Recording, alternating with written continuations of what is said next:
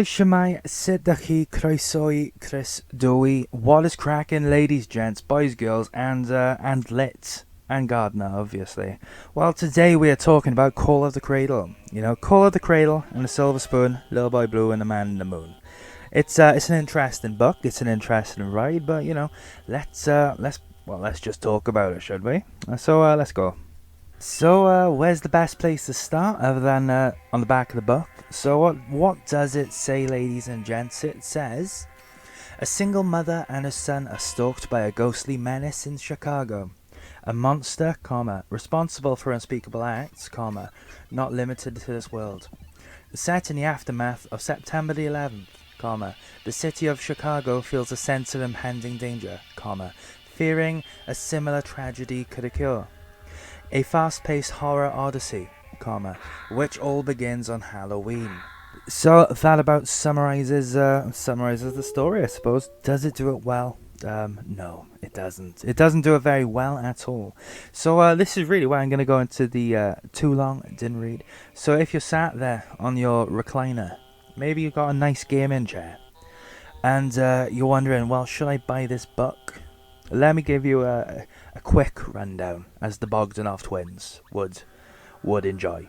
So, what have we got in Call of the Cradle? Let me tell you. And before I do, I've got some, it's probably going to be Animal Crossing gameplay in the background, so I want to work on my Butterfields. You're going to see what the Butterfields are in the gameplay. But, without further ado, let's give you a cheeky little rundown on this book. So, ladies and gentlemen, this is my fourth attempt at recording this piece. Let's give you a brief rundown. So the main character is Baby Pete. Peter from, Call of the Crocodile, Call of the Arcade, and Call of the Kappa, or Call of the Crapper. Peter's very much the main character in this universe, I get the impression. And this book, really, you could read this before Call of the Crocodile. It introduces you to other characters, such as Arnold, such as Mark and Johnny, and, well, what's his face? Thingy's mum. Peter's mum, April. You're introduced to all these characters. But what is the point of this book? Well, you are following Baby Pete, who is a newborn with the ability to fight, with the ability to crawl for miles on end. He has the martial arts experience of an army veteran, and he has the survival skills of Bear Grylls. Now, this baby is, in all honesty, he has the plot armor of a space marine in a Horus Heresy novel.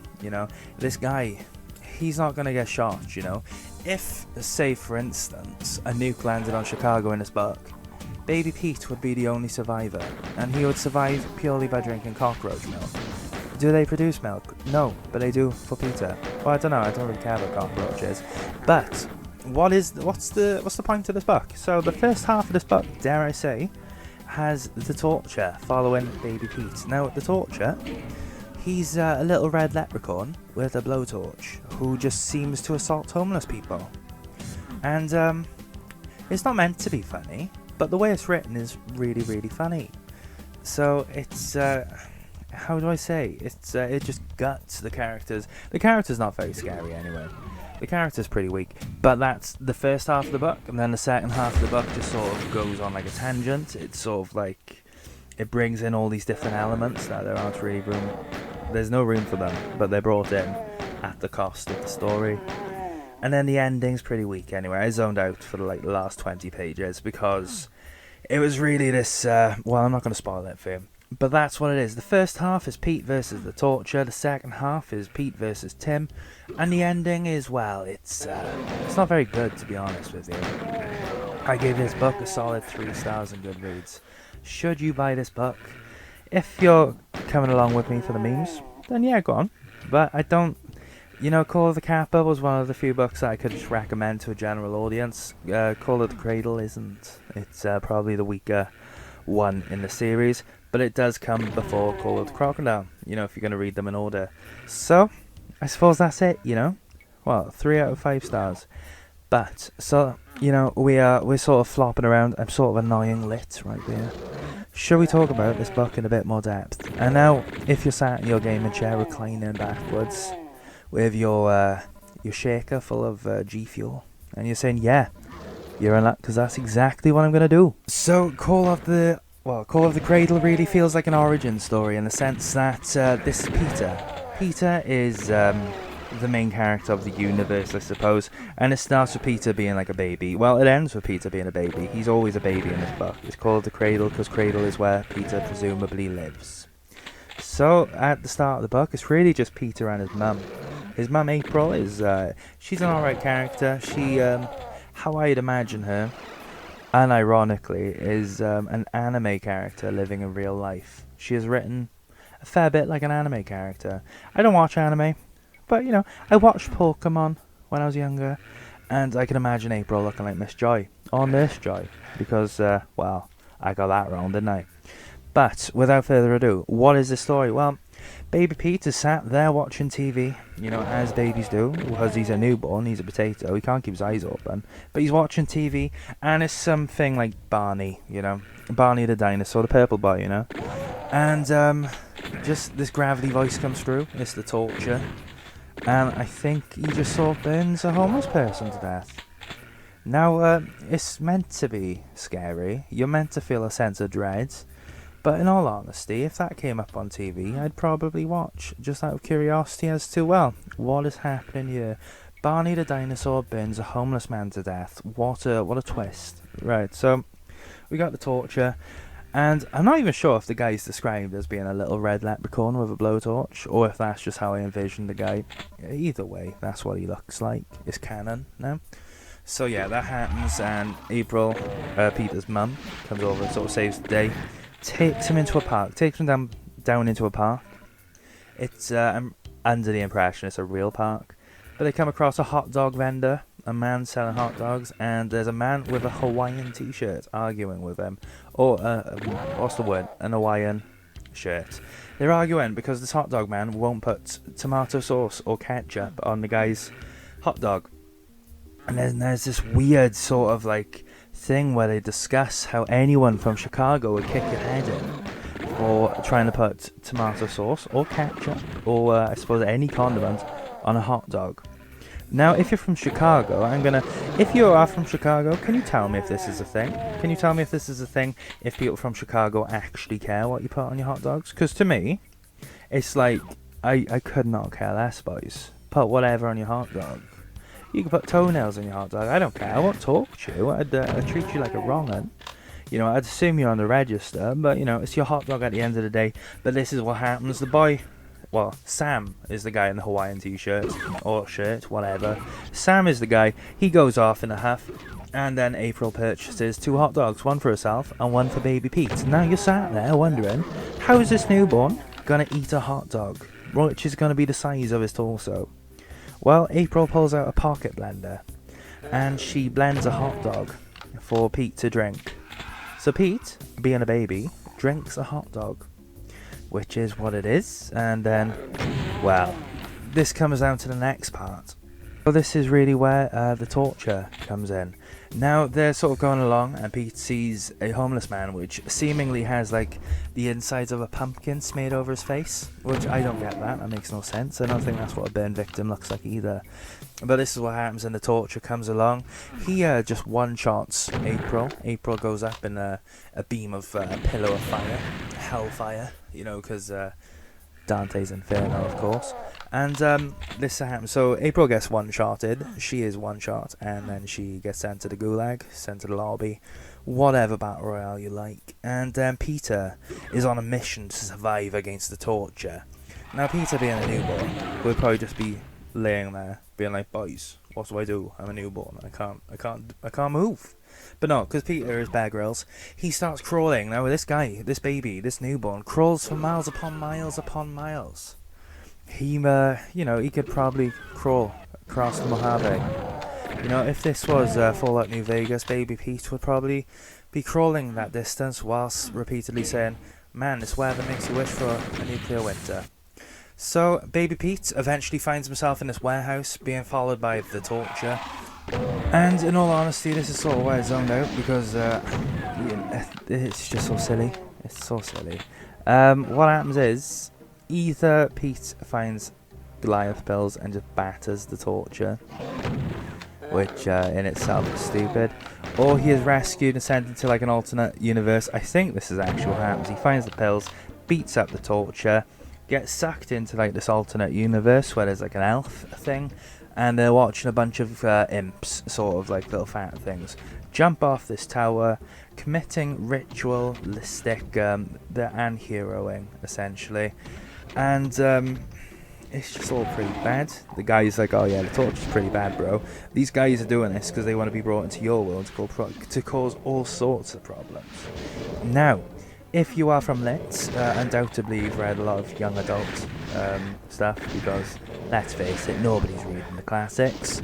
And so yeah, you might know Darren Shan. Now this is like sort of like your Poundland or dollar shop version of Darren Shan. It doesn't go on for very long. It's like a millisecond at least. And if you're from Lit, you know all about lasting a millisecond. Aye. But yeah, this goes on, and then Baby Pete wakes up in his buggy, and you find out none of this happened. This was either a dream, this was either a genuine nightmare, or they just click their fingers in a reset time and Baby Pete is fine. And April's like, yo bro, you passed out after eating that, well, after drinking that hot dog. What can I say, you are a baby. It's the sort of thing babies do, which I suppose it is, but you don't really let your baby drink a hot dog, do you? But that really summarizes that first bit. So I'm not going to lie, I'm actually struggling to sort of comprehend everything that happened in this book, because a lot of it just doesn't make sense. A lot of it is just weird and silly. So the next main part is, well, the two characters, April and Pete, they are introduced to Wendy. Now Wendy is a nut job, she's a lunatic, she is a psychopath. Something's wrong with her, I don't know what, and I don't really care. But they jump into a shopping centre or a mall. Do you know, I knew a guy that called malls mals. What's a mal, bro? But yeah, they go into a mall, and Wendy's there. Now April and Wendy are like, that baby's called Pete, like Peter Pan, which is obviously a reference to Call of the Crocodile. Fair play. I'd tip my metaphorical fedora. Gardner, I'm tipping that metaphorical fedora. But then they meet this, and they go in a bit further. And it's very apparent that Wendy's a nut job, because Mark and Johnny and Tim, they're all sort of just like restrained, looking sad, looking glum. So April, being the mad lad that she is, she calls the police, and the police come, and then Wendy's like, rah. I think she literally says, while she's going into a rage. She comes at them with a knife, she comes at the pair, and the police no-scope her, a bit of police brutality, and Wendy is no more. She has been sent to the gulag herself. Will she beat whoever the other guy was? I don't know. Don't care, to be honest. Oh no, April got sent to the gulag, and she's obviously okay. So Wendy, with her strange name, has been sent to the gulag. She has been slaughtered by police brutality, and then the three boys, Mark, Johnny, and what's his face, Tim, are rescued. They're saved, and Wendy, well, she can do one. It's not really explained who she is, why this is in the book. Maybe it's something that Gardner experienced as a child. Who knows? Who cares? So this happens, and then it just sort of moves on a bit. So April is now in a hospital, and this hospital is your stereotypical creepy hospital where the floor sort of smells like mold. There's a fluorescent light flickering, and that's really the only noise that you can hear, apart from April's footsteps as they echo down the corridor. Now, it's not written like this, so you're not really going to experience that like atmosphere, but it really is just sort of these guys doing what they do, and then I think they've just found a veteran. It sounds like a veteran, or just some rando who has been like attacked by the torture. And this is really it, It turns out that the three of the children have been picked up by the parents. One of them was picked up earlier, and then Mark and Johnny, their parents are there right now picking up.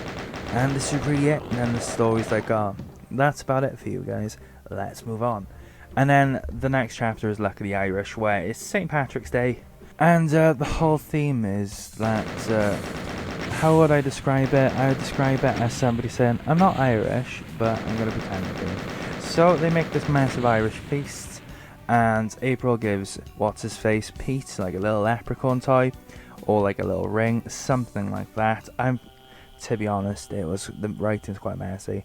And so what happens is, April leaves Pete in his high chair, presumably his high chair, because, I don't know, in this book they probably just left him sitting there in a bowl or something, just spinning around. until Pete's like brains are just mush. I don't even know, boys. But what happens is the torture comes out of the oven. Now, this little red leprechaun with a blowtorch, he probably has a lighter. He's probably going to ask Pete for change. He's like, "Hey man, you got any change?" And then Pete's just sat there because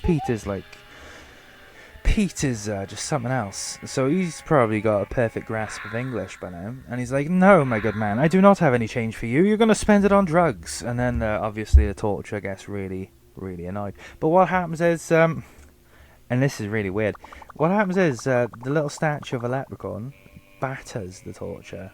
They just fight. And then the torture's then put in a blender. And he's essentially just juiced. He's turned into like green goo. And then April and Peter drink it, which is lovely, innit? They're drinking like this demonic residue, and it doesn't have any negative side effects. It just happens, and it's the weirdest chapter in the world, and it didn't really need to be in there. So then after this is really where Tim is introduced. Now Tim is this little nut job who is friends with Arnold, and then Tim. Well, how do we put this? April takes Pete to a playground. Now, remember, Pete is he's like under a year. Pete is still a baby. He's very much still a potato who doesn't know what he's doing. So April just lets this newborn run rampant in a play area, and Tim's like, "Yeah, see that baby? I'm gonna antagonize that baby. I've got a pair of scissors. Let's no scope that baby." So then Tim's crawling up this little slide. Pete, being the absolute martial arts master that he is, he sort of covers his eyes and he knocks Tim out. Now, how do I put this? A little baby foot knocked Tim out. Cracked him right in the temple. Tim got no scoped. Baby Pete looted Tim's body, undoubtedly, for that beautiful, beautiful loot. Maybe he found a satchel, maybe a gas mask, who knows, who cares. But then this is really where the story sort of goes then onto Arnold and Tim, because Arnold finds Tim. He's like, "Bro, what's your problem?" And they sort of go to an arcade then, and Tim is like, "Well, I got loads of tickets. I'm gonna buy that magic set." Because in arcades where you win tickets and you get to exchange them for prizes, Tim wants a magic set. So he says, "I'll have them both." And then the guy behind the counter is like, "Well, no, you've only got tickets for one."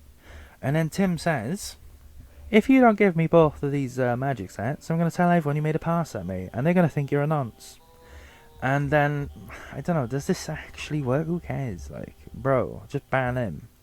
You're an adult. You could chin the boy. You can just roundhouse kick him, and his head's going to be, like, brutalized.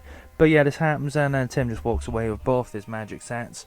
And what you find out is that Tim essentially becomes a master magician, and this is really the focus point. Tim is established as being this a pseudo Thanos. Well, not a Thanos, because Thanos would absolutely batter Tim, and I would watch that. But Tim is just magic. So the focus then, forget about wherever they are right now, the arcade. Maybe it's actually the arcade from Call of the Arcade. I don't know, and I don't really care. So, Tim and Arnold, they're back at Arnold's house. And they're sat on Arnold's bed. And there is no tension. They are not written like an old married couple. But Tim's like, "Oh, I'm going to hypnotize you." And Arnold's like, "Yeah, go on, bro. Go on, bro." So what actually happens is, Tim hypnotizes Arnold and makes Arnold no-scope his cat. So Arnold murders his own cats. And then when Arnold snaps out of this, he sees what he's done to the cat, and for some reason there's fur under his fingernails. So I don't know what that is, what. But yeah, this happens, and then Arnold batters Tim. Now, if I was in Arnold's position, I probably would have put Tim's head out like a cigarette butt, just slam it on the floor and run your heel along it until it's just a nice little smudge. But, obviously, because Tim needs to be alive, Arnold didn't murder him. But Arnold does get put on medication as a result. And then the focus is sort of on Arnold struggling to sleep and all that stuff. It wrecks Arnold's mental health. And Tim is he recovers. But in hospital, he steals some Goliath pills. He puts them in his shorts because this boy wears shorts. What a loser. No offence to anyone wearing shorts right now. I like shorts.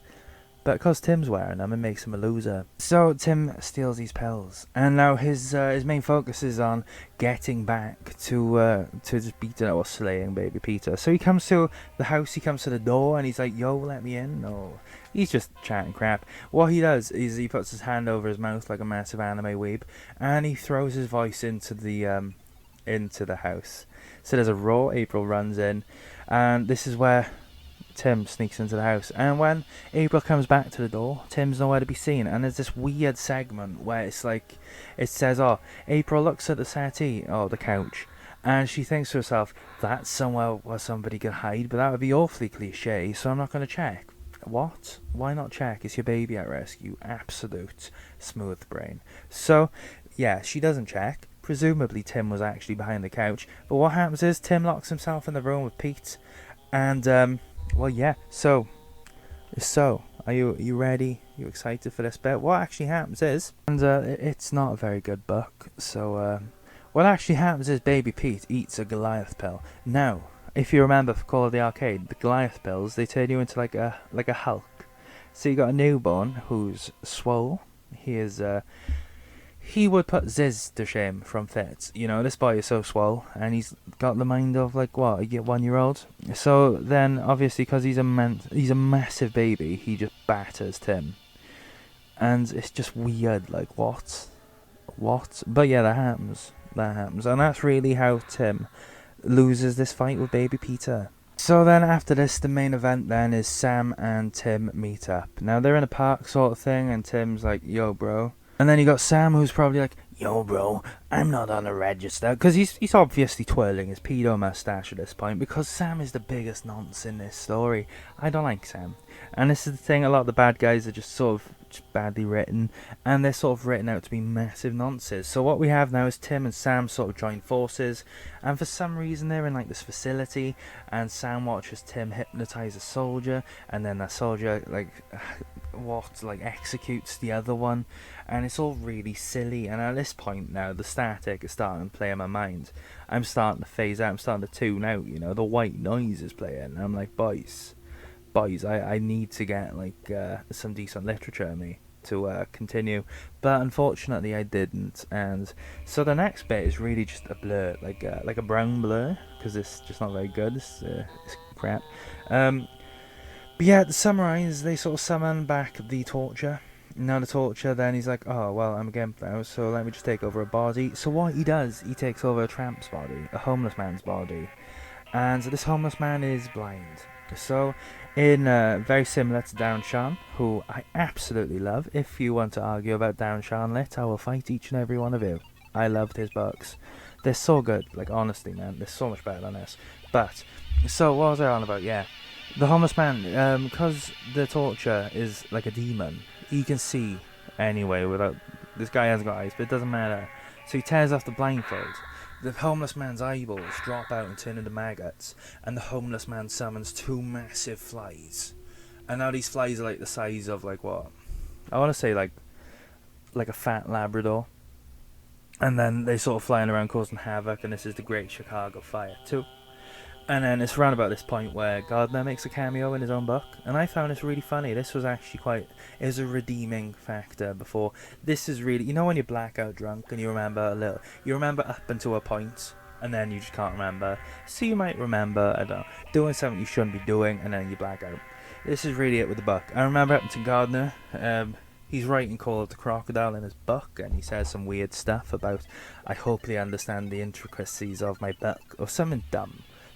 It's it was funny, it was wholesome though. And that's the thing. It's dumb, but it's funny. And he's got a pizza, and he's overly sensual about his pizza. He's like, "Oh man, this is so good." And you're reading it, and you feel uncomfortable. You think you've opened 50 Shades of Grey, but with Gardner and a slice of pizza. But no, because a lot of stuff happens then. It's like the end of that Avengers film where there's like Chicago's under siege, and it's all just really crap. And there's military people, there's a dragon, and it's all really crap. It's really badly written. And I'm just going to tell you the ending sucks, and then move into it like a general critique. I'm going to critique this book. So if you don't want to hear me just like ripping into the book, feel free to click off, because none of this is positive. It's all just negatives, because this is, in my honest opinion, the weakest entry into the Horror Call series. So without further ado, let's go. So I've recorded this segment enough times to for my brain to start hemorrhaging. I'm going to summarise this part by saying the book's bad. The book's not very good. It's an amalgamation of mediocre and subpar components, which ultimately creates this mediocre and subpar story. It's not very interesting. I opened up this book and I read about Baby Peter, and I was like, okay, so what we've got here now is going to be either Baby Peter grows up and it's interesting, some sort of origin story, or April is the focus of the story, and none of those things happened. I don't know if this is meant to be an origin story, because to be brutally honest, it didn't really work out as being one, you know. And if I had to say anything at all, what could have been done for this story is that Baby Peter gets kidnapped by the torture, and then it's a psychological horror where, you know, April is sort of trying to find her baby. And then the twist could have been that she was actually institutionalized in the thingamabob in the hospital. And maybe then Peter could have been a tulpa. And that would have been interesting. It would have been a better story than what we have here. And that is the thing, ladies and gentlemen. You know, the book's beyond, you know. I read Call of the Arcade, Call of the Crocodile. And then there's a shift in writing. You know, the stories weren't as fun and there were no twists. Starting from Call of the Kappa, including Call of the Cradle. And when we have Call of the Cherokee, and I'm not sure if there are other books in the series, but Call of the Cherokee now is going to be the third strike. Is it going to be good? Is it going to be bad? There's a lot of pressure on the book to actually be quite good, but Call of the Kappa and Call of the Cradle haven't been. So this is the thing. Is the series going to end on a high note or a low note? And that's really it, guys. So I'm going to say thank you. I just want to say thank you if you've watched this far. Thank you if you even clicked this video. You know, it does actually mean quite a lot to me that people are enjoying these videos. You know, it's lovely. It's a lovely feeling. So thank you again, and hopefully you're gonna stick around for the next one. Like I do, these videos are posted up on a Thursday. If for whatever reason I can't make it up on a Thursday, because I do these videos like a day or two in advance and then schedule them, then it'll be up on the Friday. So without further ado, I hope you take care. I hope you have a lovely day. I hope you have a lovely week. And if I don't see you again, I hope you have a lovely life. So take care. Goodbye.